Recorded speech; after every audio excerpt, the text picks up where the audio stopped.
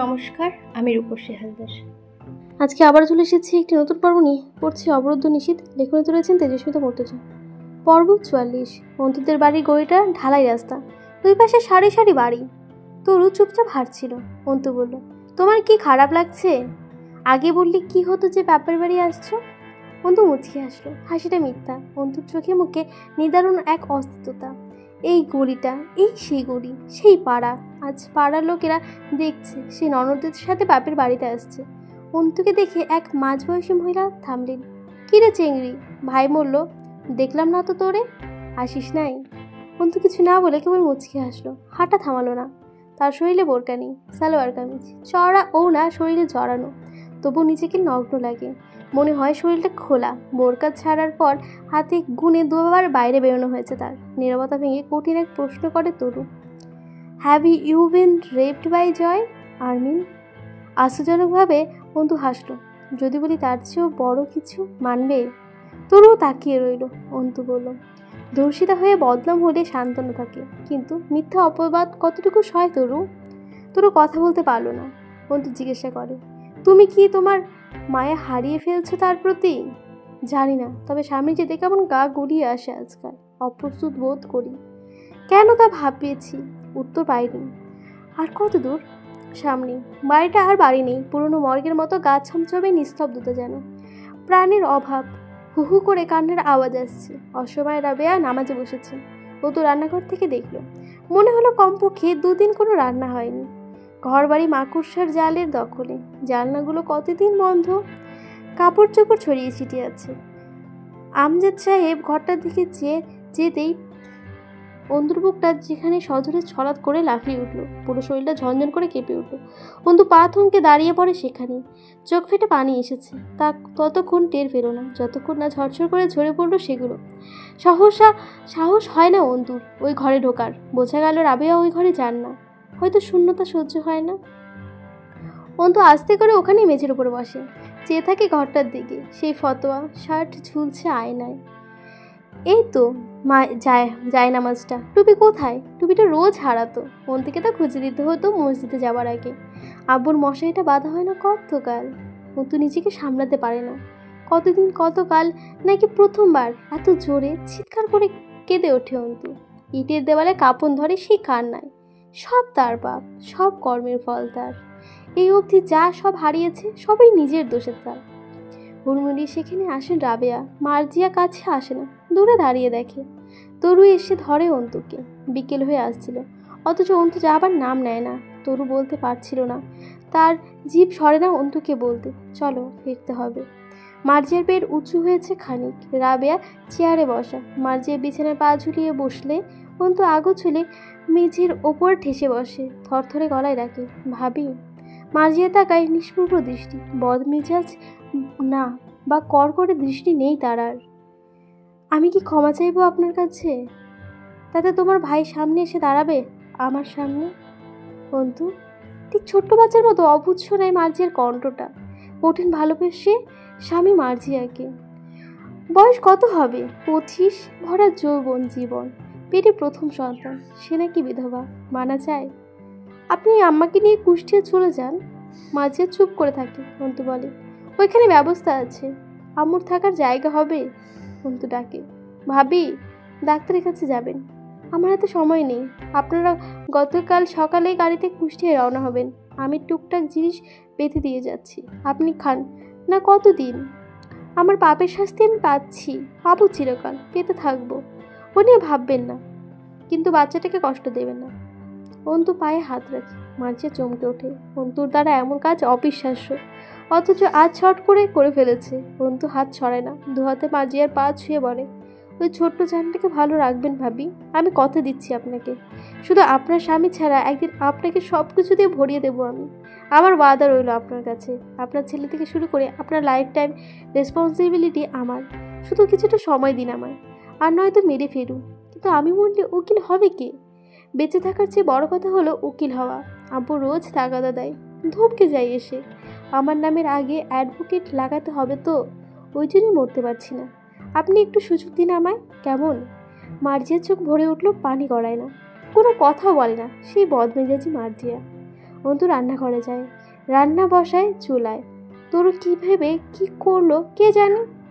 সে আন্দাজ করে করে অধিকাংশ প্রয়োজনীয় জিনিস গুছিয়ে ফেললো বড় বড় কয়েকটা ব্যাগে। অন্তু রান্না করছিল, তরু থালা বাসনগুলো ধুয়ে ফেললো। রাবেয়ার সাথে অনেকক্ষণ বসে কথা বলল, মার্জিয়াকে সান্ত্বনা দিল।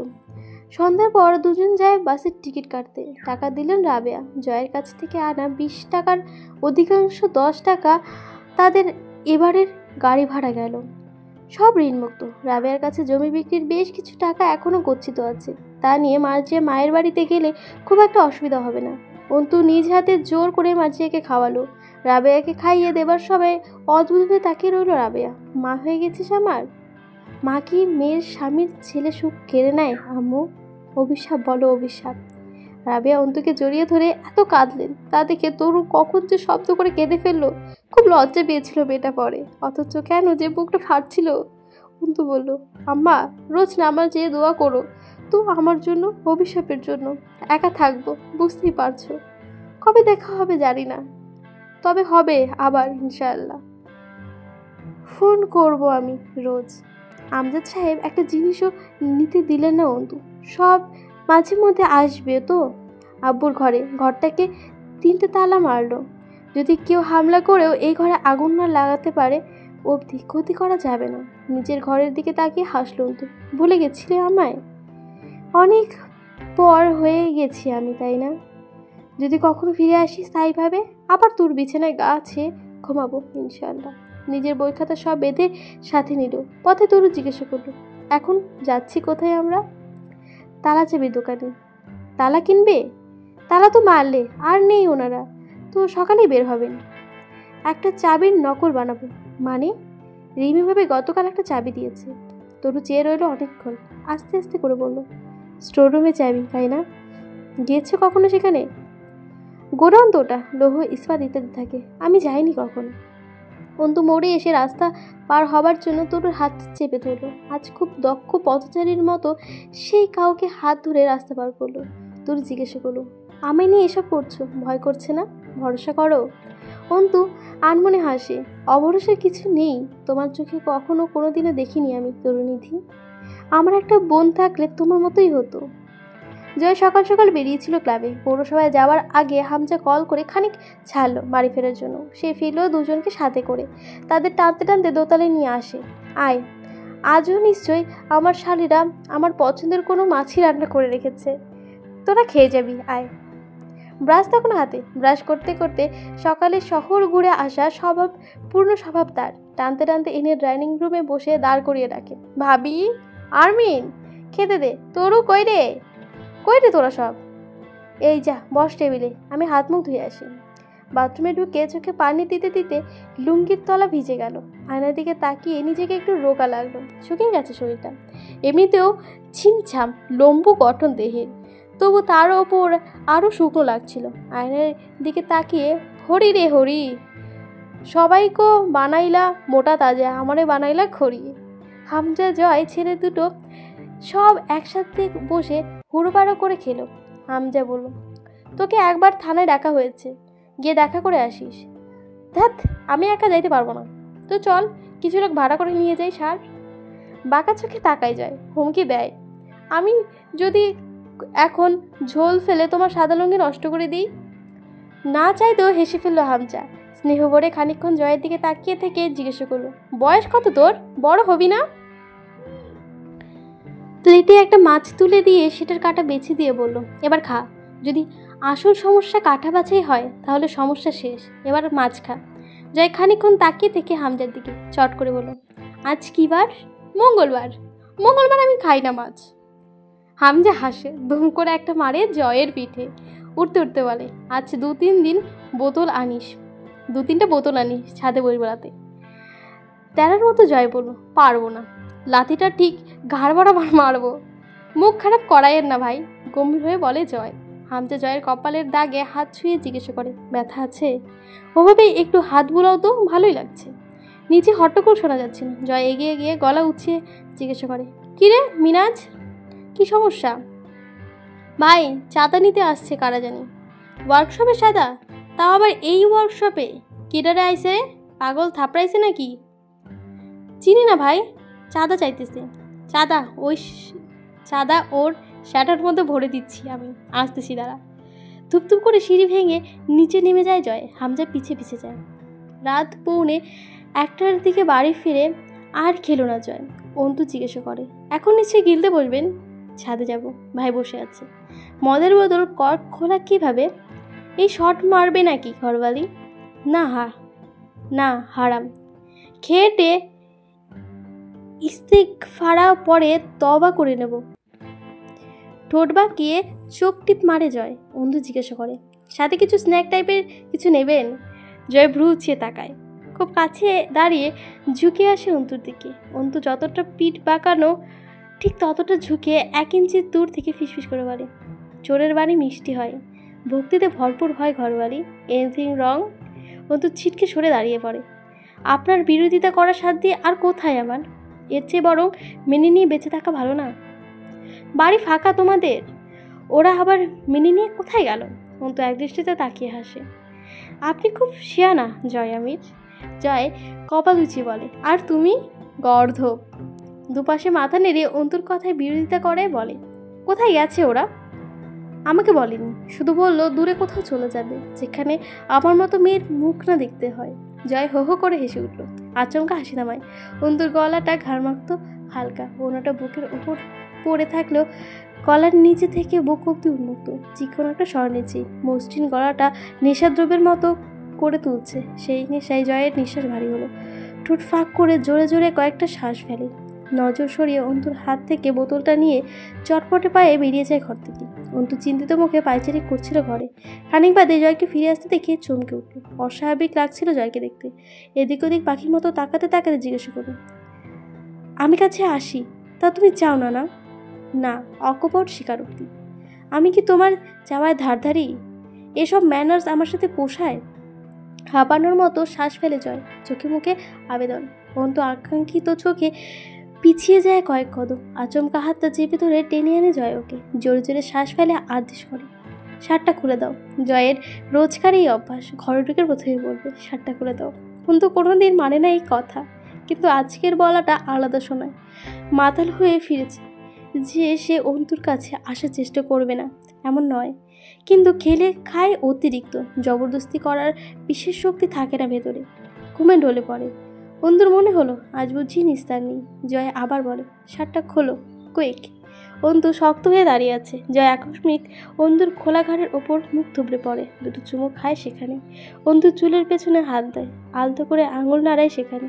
গায়ের কয়েকটা ভার অন্তুর উপর ছেড়ে দিয়ে বলে, শরীর ভালো লাগছে না, মনটাও। আজ হয় ওভারডোজ অ্যালকোহল, নয় তুমি। মনটা তোমাকেই বেশি টানছে ঘরবালি। জয়ের আজকের ছোঁয়া অমনীয়, অথচ অন্তুর শরীরে যেন বিষ প্রভাবিত হয়ে শিরায় উপশিরায় পৌঁছে যাচ্ছিল। হুট করে ভাবে, সে তো বিবাহিত মেয়ে, জয়ই হোক। জয়ই যদি হয়, জয় না হয়ে একটা স্বামী জয়, তো সে তো এই সুন্দর স্পর্শগুলো অনুভব করতো না, সায় দিত না। ততক্ষণে ঘেন্নারা অন্তর লোমকুশ কেঁপে খোঁচা দেয়। শিউরে ওঠে তীব্র আক্রোশ আর বেভাগে। বোতলের কর্কটা কেমন এক কায়দায় যেন জয় এক হাতে খুলে ফেলে। একটা শব্দ হয়, বুদবুদ আকারের কয়েকটা কোমল পানীয় মেঝেতে ছিটকে পড়ে ছোট হুইস্কির বোতলটা থেকে। বন্ধু সেটা কেড়ে নেয়। বোতলগুলোর মাঝে কয়েকটাতে ডায়াটিমাক্স ড্রাগ মেশানো আছে। রিমি মিশিয়ে আবার কর্ক আটকেছে। আজ তার পরিকল্পনা সফল হবে না বোধহয়। জয় মুখ তুলে চায়, অভ্যাসের মতো হাসে। তুমি কি চাচ্ছ? ইনডাইরেক্টলি। মদ না তুমি, তুমি না মদ। হা হা করে হাসে। অন্তু জয়কে ধাক্কা দিয়ে সরিয়ে দেয়। কোনোটাই না, বসুন বিছানায়। চোখে মুখে বসে গেছে আপনার। রাতে আজকাল কোথাও থাকছে, সকালে ফিরছে, কি হয়েছে? লম্বা শরীরটা অল্প কুচো করে লুঙ্গি উঁচিয়ে ধরে খাটের কাছে এগিয়ে গিয়ে ধূপ করে শুয়ে পড়ে। অর্ধেকটা পা তুলে তাকে মেঝের দিকে চোখ বুজে বলে, এভাবে কথা বলিনি কখনো আমার সাথে তুমি। কি করব, ঘেন্না লাগেছে। হাসে জয়, জায়েজ। যখন হাসে তখন সারাক্ষণ ঠোঁটে হাসি থাকে। বিরক্ত হয় অন্তু। সোফায় বসতে যাচ্ছিল, জয় বলে উঠল, এখানেই বসো, ধরবো না তোমায়। তুমি অনুমতি দিলে হোটেলে যাই। আধা ঘন্টার মধ্যেই ফিরে আসবো, ততক্ষণ বইটাই পড়ো একটা। চট করে এক পাক মেরিয়ে আসি, খিদে পেয়েছে। অন্তু খাটের কাছে এসে দু কদম পেছয়, মুখ দিয়ে ছিটকে বের হয়। ছি! অন্তু হো হো করে হেসে ওঠে। তোমাকে কি হাফ লেডিস মনে হয় আমাকে কি হাফ লেডিস মনে হয় তোমার? তো রোজ আমায় না পেয়ে হোটেলে যান আপনি? ল্যাম্পটার্ড নষ্ট, চরিত্রহীন, ব্যক্তিত্বহীন পুরুষ। জয় উঠে বসে, অন্তুর হাত ধরে টেনে বিছানার পাশে বসতে ইশারা করে। জয়, বসো। অন্তু বসে চুপচাপ। জয়ের হাতটা সরিয়ে দেয় আস্তে করে। জয় পূর্ণ দৃষ্টি মেলে তাকে অন্তুর চোখের দিকে, জিজ্ঞাসা করে, একটা ছেলে পূর্ণ যৌবন পায় কত বছরে জানো? অন্তু জবাব দেয় না। জয় বলে, কম বেশি 15 বছরে, আর আমার জন্ম 1987-তে। সেই হিসেবে এখন বয়স 27 পার, অর্থাৎ যৌবন প্রাপ্তির পর 1 যুগ কাটিয়ে এসেছি। শুকনো শুকনো কাটাতে বলছো? পুরুষের দ্বারা সম্ভব? সন্ন্যাসীদের দ্বারা। শুনেছি তারাও নাকি পাগল হয়ে যায়। অন্তু বিরক্ত লাগছিল এইসব শুনতে, তবু চুপ করে চেয়ে রইল।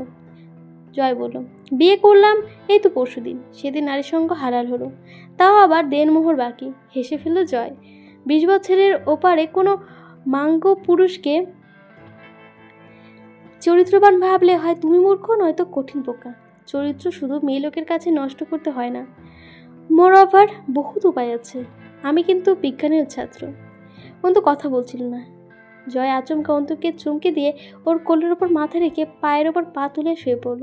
অন্তু হাতটা টেনে চুলে রেখে চোখ বুঝল। অন্তু মনে হলো তাকে কয়েক গ্রাম বিষ টুপ করে গিলে ফেলে যেন সেটা হজম করে দিতে হলো। চোখ বুজে ভারী নিঃশ্বাস পেল সে। জয় খানিকক্ষণ চুপ করে শুয়ে থাকে ওভাবে। হঠাৎই আনমনে বলে, আমি প্রথম সিগারেট টান দিয়েছি কবে জানো? 13 বছর বয়সে, সাল 2000। গলা জ্বলতো খুব। প্রথম খুন করেছি 15 বছর বয়সে, সাল 2002। প্রথম মেয়ে লোকের কাছে গেছি 18 বছর বয়সে, সাল 2005। তুমি তখন কোথায় ছিলে? কবে এসেছো তুমি? তুমি এলে তো সেই দিন। ততদিনে আমি বহুত কিছু পার করে এসেছি। বন্ধু চেয়ে রইল জয়ের বন্ধ চোখের দিকে। ভ্রু নিচে কয়েকটা জায়গায় চোখের পাতার ওপরে চটা পড়া ভ্রু, ডাগর ডাগর চোখ জয়ের, গভীর খাদে পড়া। আচমকা সেই চোখ খুলে বন্ধুর চোখের মণিবর আবার তাকালো জয়। বন্ধুর তীক্ষ্ণ দৃষ্টি একটু নড়চড় আসে না। জয় তা দেখে হাসে। 2007-এর সম্মেলনে মারামারি করতে গিয়ে বিরোধী দলে 2 লোক মার্ডার হয়ে গেছিল। কিছুদিন পর আমাকে নিয়ে গেল। লেপ তোষক সেলাই করার সূচ দেখেছি। সেই সূচ দ্বারা শরীরে ফুটিয়েছিল। পিঠে একটা বিশাল ক্ষত আছে, ওইখানে চাপড় দিয়ে কুপিয়ে লবণ লাগিয়েছিল। ওগুলো এখন সারা দেহে। স্পেশাল ট্যাটু, তাই তো? জয় হো হো করে হাসে। এই না হলে আমার ঘরবালি। এখন প্লিজ চুপ করুন, এসব শুনতে বিরক্ত লাগছে। অন্য কথা বলুন, আর নয়তো ঘুমান। আমার পরিবারে কেউ কোনো কালই কষাই ছিল না। এসব শুনতে ভালো লাগার কথা না আমার। কষ্ট লাগছে তোমার? ঠোঁট কামড়ে হাসে জয়। না, ওরা কোনো খারাপ কিছু করেনি। আপনি 2 প্রাণ নিয়েছেন, সেই হিসেবে ওরাই মহান। অন্তত আপনার প্রাণটা দিয়েছে, যার মূল্য অমূল্য। আপনি কিন্তু 2 প্রাণ নিয়েছেন শুধুই অযৌতুক ক্ষমতার লড়াই, যার কোনো ভিত্তি নেই। কেবল এই সকল স্বৈরাচার, পুঁজিবাদ, সুবিধাবাদী লোকের পা চাটতে গিয়ে এসব করেন আপনারা। ভাগ দেয় ওরা আপনাদের, যা তো সব ওরাই ভোগ করে। আপনারা কুকুরের মতো লেজ নাড়িয়ে বেড়ান মাঝে মাঝে ওদের পেছন।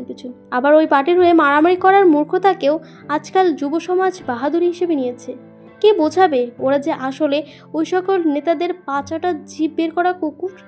জয় খানিকক্ষণ চেয়ে রইল। কোনো আপোষ না, একটু আপোষ না, কোথাও না, অন্তত অন্যায়ের সাথে না। চট করে উঠে বসে যায়। খানিকক্ষণ চেয়ে থেকে বলে, ঘরবালি, আপনি মারাত্মক এক উকিল হবেন, আই সোয়ার। তবে ভালো উকিলদের কিন্তু জায়েজ ঝুঁকিও থাকে। তখন হয়তো আমি থাকবো না, আমি আর বেশি দিন বাঁচবো না। ওহ, এই কথাটা জয় কেন বলে, বারবার করে বলে। অন্তু জিজ্ঞাসা করে, আপনার খারাপ হবার গল্প নিশ্চয়ই বেশি ট্র্যাজেডিক। আমার খারাপ হবার কোনো কারণ নেই, কোনো গল্প নেই। ওসব সিনেম্যাটিক চিন্তাভাবনা বাদ দাও। অতীত কোনোদিন মানুষকে খারাপ বানায় না, বড় জোর বিদ্রোহ বানায়। লোকে আমাকে খারাপ বলে, যদিও আমি আমার মতো কোনো খারাপ কাজ দেখি না। আমার খারাপ হবার পেছনে কোনো কারণ নেই। আমি খারাপ, তাই আমি খারাপ।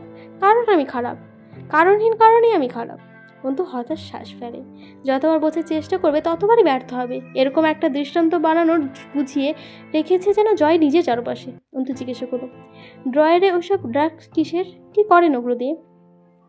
পর্বটা এখানে শেষ হয়ে গেল। পরে কিছু লেখা আছে, সেটা পড়ে দিচ্ছি। পুরো পর্ব জুড়ে জয় আহমেদের কি সাজ! আপনার বিরক্ত হলে দোষ নিয়ে আমার, দ্রুতটি ক্ষমা করবেন।